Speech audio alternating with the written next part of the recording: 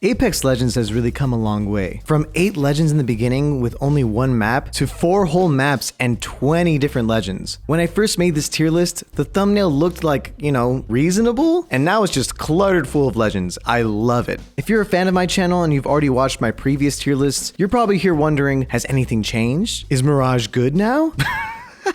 But seriously, since my last tier list 3 seasons ago, a lot has changed. 3 whole new legends have been introduced, and a bunch of different buffs and nerfs occurred that make some legends more viable or less viable. So let's find out where they stack up. And as usual, I am going to be proposing nerfs, buffs, and reworks for each of the legends that need them. Because some of the changes that I suggested happened before, so maybe it'll happen again? But first, speaking of tier lists, do you guys want to be an S tier gamer? Well, S tier gamers have S tier PCs, and I can offer you guys some of the best PCs out there. I'm partnering with Apex PCs, no association with Apex Legends, by the way, just an FYI. And together, we're gonna be bringing you guys beautiful PC options. You're balling on a budget? Boom, we got the casual noob. You wanna be a gamer? Got you, baby. Do you wanna make this like a full-time career? Bam, hardcore noob out here. All of these PCs were custom designed by me. And all of these PCs are not only just beautiful, they run super well. They got extremely crazy good cable management. It's like insane how they got like all the cables in there. Like I can't even do that efficiently.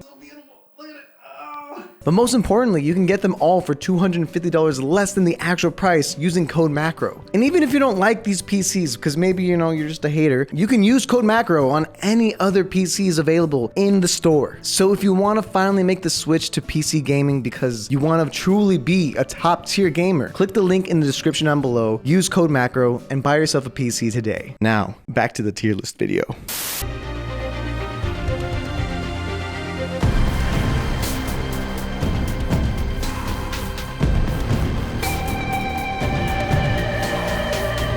F tier. As usual, there's not a single legend that is just god-awful, like complete doo-doo garbage. It wouldn't be fair to put any of the legends in this tier. Every single legend can do stuff, at the bare minimum. So anyway, D tier. They can do stuff at the bare minimum, but they desperately need buffs or reworks. And the only legend consistently still in D tier is your boy, Mirage. A part of me hopes that they never buff Mirage, so that this merch never goes out of style. But in all seriousness, he just doesn't do enough. His clones aren't that strong, and his ultimate is okay until they know exactly who you are. Him reviving while invisible is fine, but also kind of easy to track. Mirage just desperately needs a rework. I feel like if there's ever going to be a character that utilizes invisibility a lot, it would probably have to be Mirage. I think that would make the most sense to give him some more genuine viability, because for the most part, his entire kit is very selfish and doesn't really help the squad, which is the point of a team-based shooter. In solos, he'd crush it, but there is no solos mode. But we can all agree that there should be one, right? Next up is C tier. C tier legends are very average. They can be useful at times, but they do need a slight buff to their kit. And at the bottom of C tier, we have Rampart. Rampart got a pretty significant buff with the ability to move around while using Sheila, her minigun turret. This is pretty awesome, and is one of the main reasons why she's no longer in D tier. And with her walls taking a little bit more damage before breaking, you would think this would make her a lot more competitively viable. But in reality, her playstyle is a bit too slow to really have utility. Destroyable walls could never really compete against an indestructible bubble. Let's just be real. And while Sheila can be quite menacing, it does have a pretty significant windup, so you can't just go in and tear up. But since most people don't play Rampart, nobody's really expecting it, so you could get some cheeky kills with it. A cool slight rework that they could give to Rampart is make it so that she can hold up her wall without putting it down and move around while holding up the wall. Essentially like a Reinhardt shield, so if your team is running across an open field without cover, you can just hold up one of your 3 walls and just keep running. This may sound broken, but you can't shoot while doing this, and she also would be a little bit slower while holding it up. Plus, you can't really see anything when you're doing this as well. I know that sounds kind of insane, but I just feel like this game is so fast-paced, and Rampart does not fit the playstyles of most team compositions because of this. Next up is Lifeline. Lifeline is in such a strange position where she desperately needs a rework. Her care package is fine. It does guarantee upgrades with purple armors, gold helmets, gold attachments. It's honestly pretty decent. Calling down a care package takes forever, and it also signals to the whole map that, hey, Lifeline's here. I think Lifeline needs to go fall out in the support role. Her revive is solid, but her drone, what are you doing, drone? I think the drone should be able to attach to your teammates while moving, so you can heal while moving, because even though it does heal a little bit faster than before, the fact that it's stationary is gonna always hold it back. And I think if you want to keep the care package, because they really do like the care package as her ultimate, I think it would be really cool if the care package was a guaranteed respawn beacon, meaning that if you call a care package down, it not only will it give you loot, but it also will act as a respawn beacon on the spot. They could go one step further and make it that if you have your teammates' banners, the moment you call a care package, that will instantly respawn your teammates and they will come down with the care package. These two buffs could really improve her quality of life and make her the true support legend that she's supposed to be. Next up, we have Fuse. Fuse is a legend that has the potential to be really good, but his own kit kind of holds him back. His ultimate is just so buggy. Landing it exactly where you want it to be feels so inconsistent. And while it's nice that enemies get scanned within the fire, if they're already in the ring of fire, that knowledge is not that important. His knuckle cluster is really good though. I will give him credit for that. So I'm here to propose a buff and a rework. His first buff is something that I mentioned before. Give him the ability to grenade jump. Essentially, he has a different button that he can use to turn any grenade that he has in his inventory into an explosive that he can jump with. This could give him insane movement that would significantly improve his viability while simultaneously making him even more fun. And then the rework I would propose is giving Fuse the ability to change the way he shoots out his ultimate. I would give him an alternate fire that would shoot directly in front of him as a wall of fire. This could be great for blocking off chokes or stopping enemies from escaping. I know this may seem like a crazy rework, but giving your legends more options is honestly just the better play in my opinion. If every legend's overpowered, none of them are. Next up in C tier, we have Seer. And boy, has Seer fallen since his release. When Seer was first released, he was game breaking. He was broken. His heartbeat scanner thing could basically hear people from across the map for free. His tactical did damage and stunned for a lot longer. It just did so much. However, they did nerf him to the ground, to the point where now he's just a really worse Bloodhound. I don't know what you can do to Seer to make him feel good without making him game breaking. Maybe make it so when his ultimate's out, people that are healing will also be detected. Right now, the only people detected are people running or shooting, but if you're walking or healing, you won't be detected. And I think people that are healing, nah, you should not be able to just heal for free. Just letting him more consistently get info would be pretty nice. Next up, we have Revenant. Revenant also fell pretty hard, and the only change they really did was make his death totem super loud. You would get Rev Octane teams jump padding in for free, killing an entire squad without anybody noticing. But now, you'll find the totem getting destroyed a lot more often. So Revenant is more of a high risk, high reward character. His silence is still really good, and his passive exists. I think the only buff I would give Revenant is make it so that with his death totem active, his teammates can also climb really high and a lot faster. This way you don't have to run mobility characters all the time. You can just go in and be a little bit sneakier with the big climb. Because honestly, you can't really be that sneaky with the totem going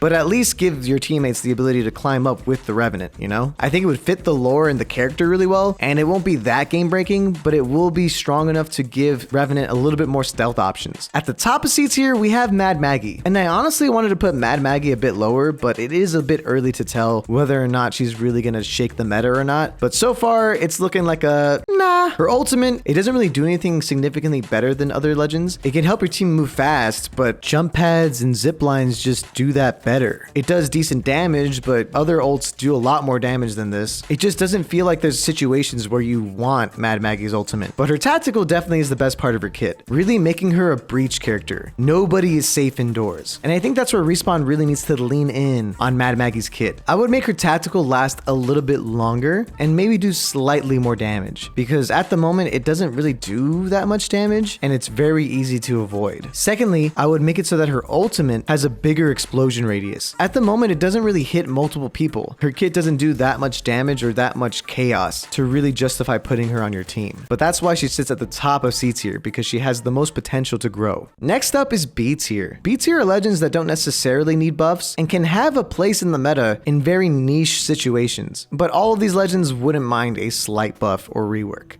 And at the bottom of B tier, we have Wattson. Wattson is one of those legends that if the game slowed down a bit, would see a ton of play. Her fences are still pretty great for stopping enemies from coming in, and her ultimate lasting forever while giving a limited amount of shields is a great change. Any change to her kit could make or break this character. But if they were going to give a slight buff to Wattson, for her to have the ability to turn off and on a specific node of a fence. This way, she can trick enemies into running into a couple of her fences, but not all of them at once. But having the ability to turn on on and off 2 fences could be game changing for Wattson and may even give her some better defensive utility. Next up in B tier, we have Octane. Octane's only negative change that he had recently is the fact that his jump pad is stupid loud. Since it's really loud, enemies can hear you coming from a mile away. So the element of surprise that Octane used to have is completely gone. Does that make him bad? No, I still think Octane is one of the best mobility legends in the game, and when paired with Revenant, is still a potentially good team composition. I just think that Octane players have to play a lot smarter than they used to before. The only change that I would suggest to Octane is making it so that the health that he takes from using his stim is not as big as it is right now. They did that before to nerf him, but now that they nerfed his jump pad by making his jump pad super loud, I don't think this nerf is needed anymore. It just makes Octane feel really weak sometimes. Like, come on, look at how much health it takes. Just let the boy be fast. Next up is Horizon. Horizon is in a strange place because her kit is very close to how it was when she first joined the games. I think Horizon can be used in a lot of team compositions very successfully. Her tactical is still amazing for vertical mobility. Her ultimate is absolutely annoying, and her ability to slide, especially in Stormpoint, is pretty awesome. I just think in this scenario, Horizon's just outclassed by other mobility legends that provide more for the team. Because while mid-fight Horizon may be really strong, Apex Legends is a game about survival, and the way you do that in this game is through knowledge of the rings and rotating. So while Horizon, in my opinion, is a strong legend that doesn't necessarily need any buffs or nerfs, the way the game is currently played just won't see too many Horizons. Next up is Crypto. Crypto got a really cool rework. I don't think it put him in A tier because I still feel like he's used more as a niche pick, but if team compositions want to work around Crypto, they really can. He finally has the ability to throw his drone, which is something I suggested in previous tier list videos, so Respawn, thanks for watching, really appreciate you. So now Crypto has a lot more offensive capabilities, essentially making it an EMP grenade. He has a lot of potential to become a lot stronger as the seasons progress. So if you and your friends want to use Crypto and make a team around him, it's definitely going to work because Crypto is now in a position to be a sleeper pick. Next up is Loba. Loba is in a very similar position to Crypto, where even the pros are starting to use her every now and then. I don't think any part of her kit, like her tactical, is what's making her go over the top. Loba just shines in the end game where you need ammo and you need heals because her ultimate can yoink all of that stuff without you actually having to take aggressive fights and dying to a third party. So Loba's in a pretty good place right now, seeing some play at the highest level. Not that much play, which is why she's not in A tier, but she's really becoming more and more of an anti-meta pick. I still think Loba could use a slight buff to her tactical in general because it's ridiculous how much noise it makes. It's just telling the entire world that I'm coming in. But besides that, I think she's in a strong position and sits firmly closer to the top of B tier. Next up, we have Bangalore. Bangalore is in a strange position where any slight buff to her could make her overpowered and a must pick because her smokes are extremely annoying. And I know there's that bug with controller players where you can essentially shoot people from inside your smoke and still have aim assist. That's not the reason why she's at the top of B tier. I just think that teams that work around the Bangalore smokes with Seers and Bloodhounds can get a lot of value. The only downside is that since Bloodhound is such a popular pick, that's kind of what puts Bangalore in B tier. You can't really hide in your smoke if you're constantly being scanned, which is basically Bangalore's entire kit. I can't think of any reworks or buffs at this moment for Bangalore that would not be ultimately game breaking. I think at this point, other legends just need to have more of a nerf to put Bangalore into A and S tier. And finally, at the top of B tier, we have Pathfinder. Pathfinder just needs a passive. His tactical's great. His ultimate's great. Give him a passive. Give him an actual passive, please. And now we have A tier. A tier are all legends that are extremely viable. Using any of these A tier legends in tandem with the top 2 S tier legends is a very strong team composition for ranked and competitive. At the bottom of A tier, we have, surprisingly, Caustic. Caustic got a big nerf where now you can finally destroy his barrels. And in my opinion, that was a necessary nerf because Caustic was super annoying and became a must pick sometimes in ranked. The only counter to Caustic was Caustic himself. But now there really is counterplay with Caustic. However, Caustic is still really good at holding rooms and his ultimate is still as good as it always has been. Not to mention the amount of damage it takes to break a barrel mid-fight, you're not going to be focusing on the barrel that often. A smart Caustic player will still get a lot of value out of his barrels and especially get a lot of value out of his ultimate. And I think Caustic 100% is still an A tier legend and is the best defensive character for holding rooms and playing campy. Next up is Ashe. Ashe may sound like a surprise to some people, but in a game where rotating is the most important aspect, you can see why she's up here. Her ultimate is phenomenal for getting into a better position instantaneously. Her tactical is also very strong for picking off enemies caught off guard. Ashe definitely contends with the best legends as essentially an alternative to Wraith. Speaking of which, we have Wraith. Wraith has never not been good. Wraith's teleporter will always be really solid for getting your teammates to rotate to a safer position. And her tactical ability, while not as safe as it used to be, when used properly, is a get out of jail free card. Wraith is just good. So yeah, that's why Wraith sits firmly in the middle of A tier. She's just outclassed by one other legend in terms of rotating, and that legend is Valkyrie. Valkyrie's ultimate is the best ability for rotating your team. Your team can still get knocked out of the sky, but the freedom that your team gets to get into a zone is incredible. Plus, her individual mobility is still great, and her tactical is awesome for securing kills. And as more and more of these maps get rid of their redeploy balloons, Valkyrie becomes better and better. So if you like mobility characters, this is going to be the mobility character you want to pick up.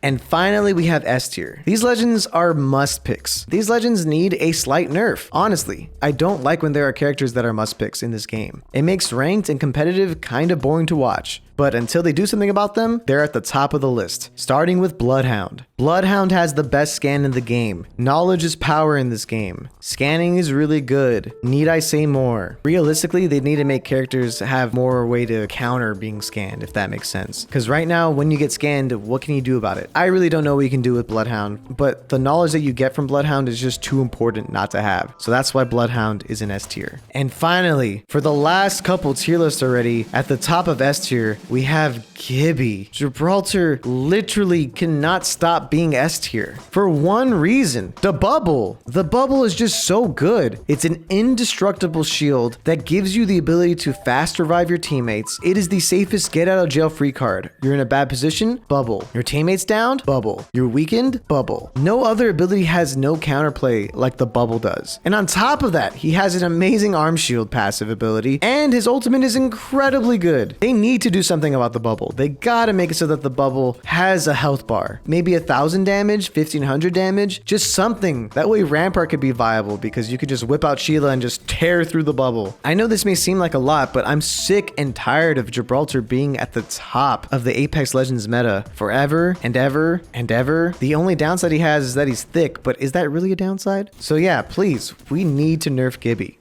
Okay, wow. 20 whole legends really makes this video go a lot longer, huh? So that is my Apex Legends tier list. Do you agree with my list or do you disagree with it? Please let me know in the comments down below where you would rank all these legends. And also when you do write that comment, let me know what rank you are because I'm very curious about what people in other ranks think about these legends or if you even play ranked. So anyways, if you got this far, first of all, thank you. That's pretty cool. Second of all, join my Discord, discord.gg/macro. That's where you get notified if I'm streaming or when I upload other things, and every now and then we have really cool events and the moderators there are really cool and the community is really awesome. You can throw fan art or just macro memes in there and I'll probably see it. But yeah, but without further ado, thank you all for watching. I'll catch you later.